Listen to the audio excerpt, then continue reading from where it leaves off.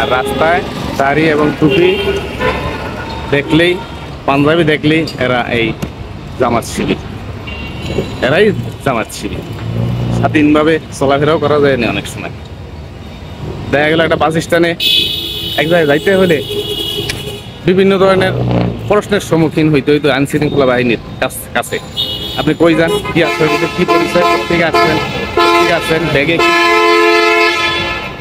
কি সার্চ করতো, করে কিছু না পাইলেও দেখা গেল মোবাইলটা হাত নিয়ে ট্যাগ করতো, এটা সেটা, এটার ভিতরে কি, মোবাইল নিয়ে নিত।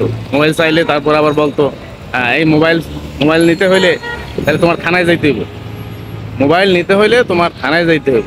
বিভিন্ন ধরনের অত্যাচারের সম্মুখীন হয়েছি আমরা, কিন্তু এগুলা আশা করিনি আমরা এই স্বাধীন বাংলাদেশে। তাহলে এতগুলা 30 লক্ষ মা বোনরা এই রক্ত দিয়া এই দেশ স্বাধীন করছে, তাহলে আমরা স্বাধীনতা কোথায় পাইলাম? আমরা দেখি যে পাকিস্তান আমলে যেটা ছিল ওইটাই ভালো ছিল। বঙ্গবন্ধু নির্বাচন করছে, কিন্তু সেইখানে কারচুপি হয়নি, কোনো কারচুপি হয়নি, কিন্তু বঙ্গবন্ধু গদিতে বসতে পারে না, কিন্তু 300 সিট সে পাইছে, ঠিক আছে? সেই স্বাধীনতা এখানে ছিল না, আমরা ভোট দিতে পারিনি। দিনের ভোট রাতে করছে, বাড়িতে বাড়িতে হুমকি দিছে। আপনারা কি আওয়ামী লীগ করেন? হ্যাঁ, আওয়ামী লীগ করি। তাহলে আপনাদের ভোট পেয়ে গেছি, আপনাকে আর ভোট দিতে কালকে যাইতে হবে না। বিভিন্ন ধরনের মানে এগুলা কথা বলতে গেলে দেখা গেল 2-4 দিনেও শেষ হইব না, 2-4 দিনেও শেষ হবে না, কিন্তু এগুলো এখন আর বলতে চাই না।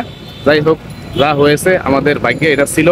আর আজকে ছাত্ররা আমাদের স্বাধীনতা আইনা দিয়ে গেছে। এই ছাত্ররা যেন আল্লাহর কাছে এবং ইয়ের কাছে, সরকারের কাছে শহীদি মর্যাদায় সবকিছু পায়। আল্লাহ যেন শহীদি মর্যাদায় তাদেরকে জান্নাতে দেয়, জান্নাতে প্রবেশ করায়, এটাই আমার কামনা।